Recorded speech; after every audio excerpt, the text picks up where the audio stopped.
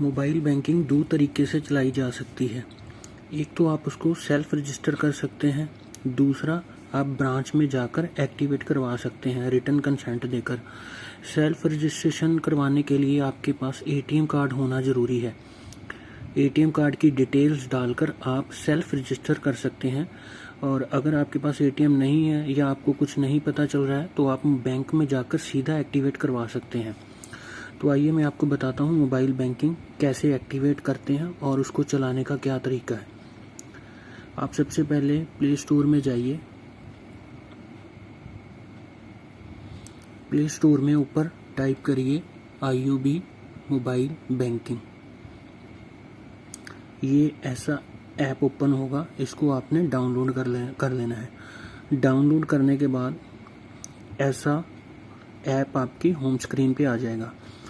तो आइए अब इसको चलाने का तरीका जानते हैं। मोबाइल बैंकिंग में दो तरह के पासवर्ड होते हैं। एक इस एप्लीकेशन को ओपन करने के लिए जिसको ऐप पासवर्ड बोलते हैं, और दूसरा मनी ट्रांसफ़र करने के लिए उसको एमपिन बोलते हैं। तो जब भी आप अपनी नई एप्लीकेशन डाउनलोड करते हैं, उसको ओपन करते हैं, तो ऐसे एंटर ऐप पास कोड ऑप्शन आती है। तो आप अपनी मर्जी से 6 डिजिट का कोई भी पास कोड रख सकते हैं। जैसे मैंने ऑलरेडी इसका रखा हुआ है। तो इसको रखने के लिए आपके पास या तो अकाउंट नंबर होना चाहिए, या कस्टमर आईडी, या आपका रजिस्टर्ड मोबाइल नंबर। इन तीनों की ऑप्शन से आप अपना ऐप पासवर्ड रख सकते हैं। तो मैंने जैसे इसका ऐप पासवर्ड रखा हुआ है, मैं इसको ओपन करके दिखाता हूँ। इसी के साथ दोस्तों एक और ऑप्शन है इंटरनेट बैंकिंग की। इसके बारे में मैं आपको बाद में बताता हूँ। पहले मोबाइल बैंकिंग के बारे में बात करते हैं। तो ऐप पासवर्ड डालकर मैंने इसको लॉगिन कर लिया।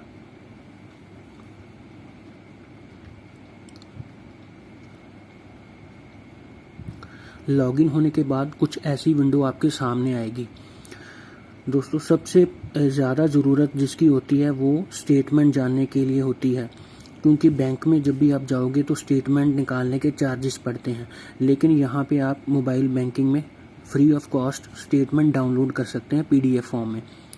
तो ये जो आपको स्क्रीन नज़र आ रही है, इसके ऊपर सबसे पहले आपको ये नज़र आएगा आपका अकाउंट नंबर। जैसे मेरे जिस मोबाइल से भी आप ये मोबाइल बैंकिंग चला रहे हो, वो मोबाइल बैंकिंग जिन जिन अकाउंट में लगा होगा वो सभी अकाउंट्स आपके सामने ऐसे आ जाएंगे। जैसे मेरे 4 अकाउंट्स में ये सेम नंबर लगा हुआ है, तो मुझे ये सारे अकाउंट्स का बैलेंस इसके सामने आ रहा है। तो एक तो ये बात होगी। दूसरा, अगर आपने इसकी स्टेटमेंट जाननी हो, तो स्टेटमेंट निकालनी हो या PDF फाइल बनानी हो, तो व्यू स्टेटमेंट में जाना है।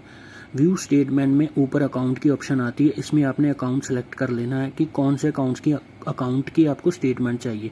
ठीक है, मान लीजिए मैंने ये पहले वाला ये अकाउंट नंबर सेलेक्ट कर लिया। उसके बाद ऑप्शन आती हैं ये last month, 3 month, 6 month, date wise.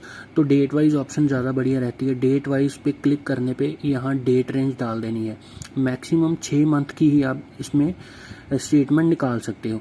तो जैसे मैंने ये देखो जनवरी डन कर दिया, 2 में आज की डेट डाल दी, और इसमें 2 ऑप्शन आती हैं। व्यू करोगे तो सीधा आपको स्टेटमेंट व्यू हो जाएगी ऐसे। ठीक है जी। अगर आप इसको डाउनलोड करोगे तो डाउनलोड करने के लिए ये देखो, आपको PDF फॉर्म में भी आप डाउनलोड कर सकते हैं। इसको ओके करोगे तो ये PDF फाइल डाउनलोड होगी। लेकिन वो PDF फाइल को ओपन करने के लिए आपको 4 डिजिट का आपका कस्टमर आईडी, फर्स्ट 4 डिजिट और followed by last 4 digit of mobile number, तो ये चीज़ें आपको चाहिए होंगी PDF फाइल ओपन करने के लिए। ये तो होगी आपकी अकाउंट स्टेटमेंट के बारे में जानकारी। तो चलिए दूसरी जानकारी है ये माई अकाउंट्स में ये ऊपर ऑपरेटिव अकाउंट में आप सभी अकाउंट व्यू कर सकते हो। डिपॉजिट में जो भी आपकी FD है वो उसका बैलेंस आ जाएगा। अगर आपका बैंक में लोन चल रहा है तो उसकी लोन की आउटस्टैंडिंग नज़र आ जाएगी। ऑपरेटिव अकाउंट में जैसे कि ये सारे ऑपरेटिव अकाउंट आ रहे हैं, ऐसे आप अपनी मर्जी से जो कुछ चाहे दे सकते हो। डिपॉजिट में जैसे ये डिपॉजिट आपकी कोई FD बनी है उसको व्यू कर सकते हो। इसी में आपको पता चल जाएगा उसकी मैच्योरिटी डेट क्या है, रेट ऑफ इंटरेस्ट क्या है, सारा कुछ इसी में पता चल जाएगा, तो बैंक जाने की ज़रूरत नहीं है। उसके बाद आती है ऑप्शन फंड ट्रांसफ़र की। दूसरी मेन फंक्शन इसका फंड ट्रांसफ़र का है। तो फंड ट्रांसफ़र में दो ऑप्शंस आती हैं, एक आती है विद इन बैंक, एक आउटसाइड बैंक। ये दोनों ही ऑप्शन यूज़ होती हैं। विद इन बैंक वो है जिसका अकाउंट आईओबी में है, तो सेम बैंक में अगर खाता है तो विद इन बैंक पे क्लिक करना है। अगर आउटसाइड में है, मान लो पीएनबी में है खाता, तो आउटसाइड पे क्लिक कर देना है। जैसे for example with in bank में मैंने बेनिफिशियरी नेम डाला, उसका अकाउंट नंबर डाला, कंफर्म किया, अमाउंट डाली, और यहाँ पे रिमार्क्स में ऑप्शन में अदर्स डाल के अमाउंट डाल के ये जो ऑप्शन आती है रिव्यू एंड पे की, इस पर क्लिक कर देना है। इसके बाद की स्क्रीन ओपन होगी एम पिन की, तो वो अब जब आप एम पिन डालोगे उसी टाइम पैसे ट्रांसफ़र हो जाएंगे। इसी तरह आउटसाइड बैंक से है, आउटसाइड बैंक में बेनिफिशियरी का नाम, उसका account number, confirm account number, IFSC code डालोगे, तो सेम प्रोसीजर है, एम पिन डालने पर पैसे ट्रांसफ़र हो जाएंगे। तो ये तो है फंड ट्रांसफ़र की ऑप्शन। तीसरा है कार्ड सर्विस। कार्ड सर्विस में अगर आपने क्रेडिट कार्ड लिया हुआ है आईओबी का, तो इसी से आप पेमेंट कर सकते हैं। जैसे मैंने आईओबी का क्रेडिट कार्ड लिया हुआ है, तो व्यू कार्ड में मैं देख सकता हूँ ये मेरा क्रेडिट कार्ड नंबर है। तो अगर और भी कार्ड है तो भी उसमें ऐड कार्ड कर सकते हैं, तो कार्ड की पेमेंट भी यहाँ से सीधा कर सकते हैं। क्रेडिट कार्ड निकनेम नंबर डालकर, अमाउंट डालकर, सेम ऐसे ही रिमार्क्स में अदर्स डालकर, सबमिट करके, एम पिन डाल के आप क्रेडिट कार्ड की पेमेंट भी यहीं से कर सकते हैं। डेबिट कार्ड सर्विस, इसमें ये लास्ट वाली 3 ऑप्शंस अभी मौजूद नहीं है, इस पे अभी काम चल रहा है। तो फिलहाल की घड़ी आप बाई चांस आपका एटीएम कार्ड खो जाता है तो सीधे ऐप को लॉगिन करिए, ब्लॉक कार्ड में जाकर इसको ब्लॉक कर दीजिए ताकि उसका मिसयूज़ ना हो पाए। तो उसमें एक ऑप्शन अभी चल रही है, बाकी पे अभी काम होना बाकी है। उसके बाद ऑप्शन आती है सर्विस रिक्वेस्ट की।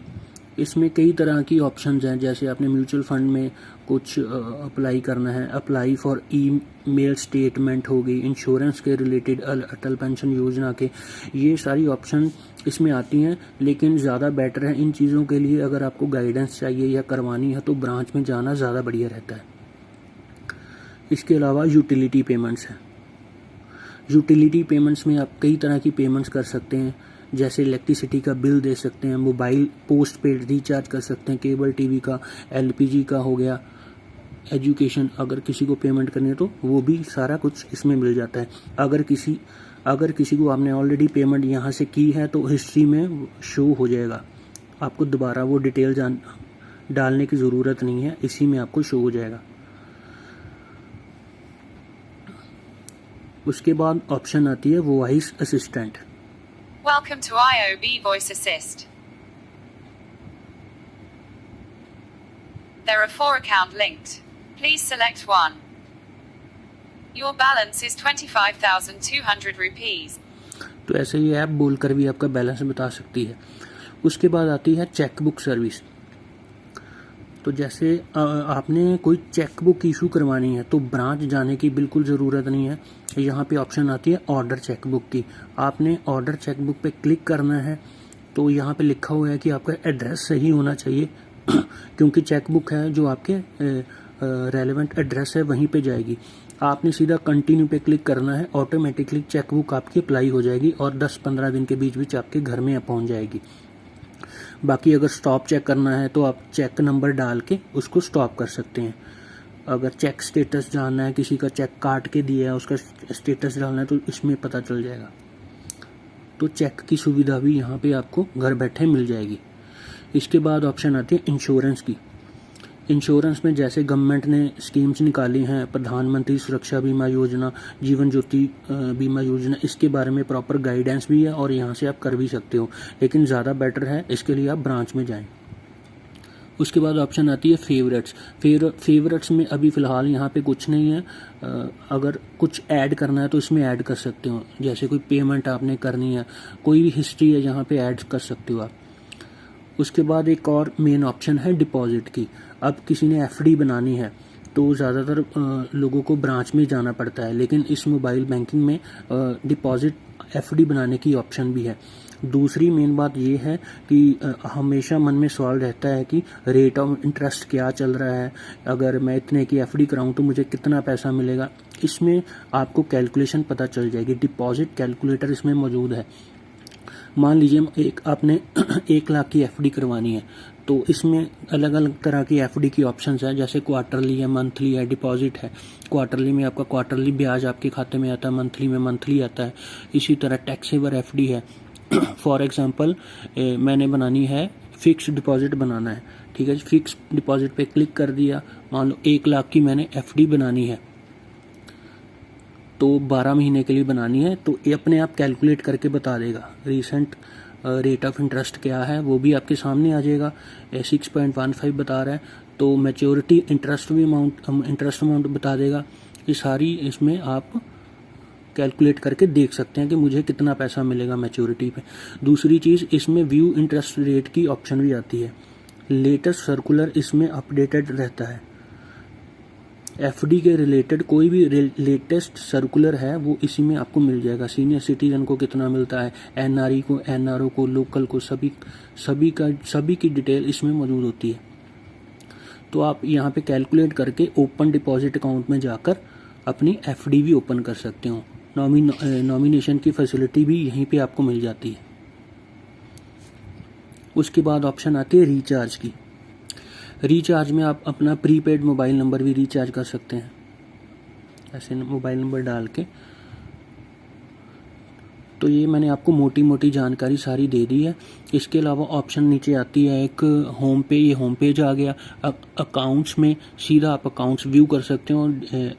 ट्रांजैक्ट में सीधी आप मनी ट्रांसफ़र कर सकते हो। एम पासबुक मैं आपको बता ही चुका हूँ, अगर आपको स्टेटमेंट डाउनलोड करनी है, व्यू करनी है तो इसमें दे सकते हो। एक और ऑप्शन आती है मोर की। मोर में ज़्यादातर 2-3 ही ऑप्शंस आपको काम में आएगी। एक तो अगर आपने चेक करना है एटीएम आपकी सिटी में एटीएम कहाँ पे है, ब्रांच कहाँ पे है, इस पर क्लिक करके अपनी लोकेशन ऑन करके एटीएम और ब्रांच देख सकते हो कहाँ पे लोकेटेड है। दूसरा एक ऑप्शन है सेटिंग्स की। आप सेटिंग में जाओगे, यहाँ पे ऑप्शन आती है एक लैंग्वेज की। आप ऐप की लैंग्वेज भी सिलेक्ट कर सकते हो, इतनी लैंग्वेज में ऐप है। दूसरा, फिंगरप्रिंट अनेबल भी कर सकते हो। अगर आपने फिंगर से इसको ओपन करना है तो फिंगर से भी ऐप को ओपन कर सकते हो। अगर आपने मोबाइल बैंकिंग डी रजिस्टर करनी है, डी रजिस्टर कर सकते हो। ऐप पासकोड जो कि एप्लीकेशन ओपन करने के लिए चाहिए होता है वो भी यहाँ से चेंज कर सकते हो। एम पिन, जो आपको एम पिन ट्रांसफ़र पिन होता है जिससे मनी ट्रांसफ़र होती है, वो भी चेंज कर सकते हो। फंड ट्रांसफ़र है वो अनेबल और डिसेबल भी कर सकते हो। मतलब अगर आपने इसको, जैसे मैंने 2 अकाउंट्स में अनेबल किया हुआ है, इसको भी आप डिसेबल कर सकते हो, आप मनी ट्रांसफ़र नहीं कर पाओगे फिर। उसके अलावा सेट ट्रांजैक्शन लिमिट ऑप्शन आती है। इसमें आप डेली फंड ट्रांसफ़र की लिमिट, बिल पेमेंट्स की लिमिट सेट कर सकते हो। अपनी मर्जी से अमाउंट यहाँ पे सेट करके उसको सेव कर सकते हो। इन सभी की मॉडिफिकेशन के लिए आपको एम पिन चाहिए होता है। हर बार आपको एम पिन डालने की ज़रूरत पड़ेगी। और एक सबसे ऊपर भी ऑप्शन है यहाँ पे, ये भी सेटिंग का शॉर्टकट है, यहाँ पे भी आप सीधा आ सकते हैं। तो ये बहुत ही सिंपल और साधारण तरीके से मैंने आपको मोबाइल बैंकिंग के बारे में समझा दिया है। होप आपको ये वीडियो अच्छी लगी होगी। तो एक चीज़ मैं आपको और बताना चाहता हूँ, मोबाइल बैंकिंग का काम जब भी ख़त्म हो जाए तो आपने इसको लॉग आउट करना है। जैसे कि हम फेसबुक दूसरी आईडीज़ को ऐसे ही बाहर आ जाते हैं, तो इससे ऐसे बाहर नहीं आता, हमेशा इसको लॉग आउट करके बाहर आना है। तो ये अपना होम पेज आ गया है। इससे पहले की वीडियो जो कि मैंने इंटरनेट बैंकिंग कैसे लॉगिन करते हैं उसके बारे में बताया है। तो इंटरनेट बैंकिंग जब आपने लॉगिन कर लिया है, एक्टिवेट कर लिया है, तो वो भी आप यहाँ से सीधा उसको लॉगिन कर सकते हैं। यहाँ पे ये देखिए पासकोड है जो मोबाइल बैंकिंग के लिए है। इंटरनेट बैंकिंग पे क्लिक करोगे तो इंटरनेट बैंकिंग भी यहीं से सीधे लॉगिन हो जाएगी। ये देखिए मैं आपको करके दिखाता हूँ। तो यहाँ पे देखिए लॉगिन आईडी, पासवर्ड, कैप्चे डालकर लॉगिन करेंगे तो इंटरनेट बैंकिंग भी आपकी सीधी यहीं से लॉगिन हो जाएगी इसी एप्लीकेशन से। इसके अलावा अगर आप पासकोड भूल जाते हो तो फॉरगॉट पासवर्ड भी कर सकते हो। जैसे इसमें ऑप्शन आ गई, ये मेरा मोबाइल नंबर है, इस पे OTP जाएगा। अगर आपके पास कस्टमर आईडी है कस्टमर आईडी डाल दो, अकाउंट नंबर है अकाउंट नंबर डाल दो। कस्टमर आईडी जो होती है वो आपकी पासबुक पे प्रिंट होती है। इसी तरह आप MPIN भी रीसेट कर सकते हो अपनी मर्जी से। तो ये थी सारी जानकारी जो कि मैंने साधारण शब्दों में आपको समझा दी है। होप आपको ये वीडियो समझ आ गई होगी और आप डिजिटल बैंकिंग को बढ़ावा देंगे और आपको किसी शाखा में ब्रांच में जाने की ज़रूरत नहीं है। आप अपने आप घर बैठे मोबाइल बैंकिंग यूज़ कर सकते हैं।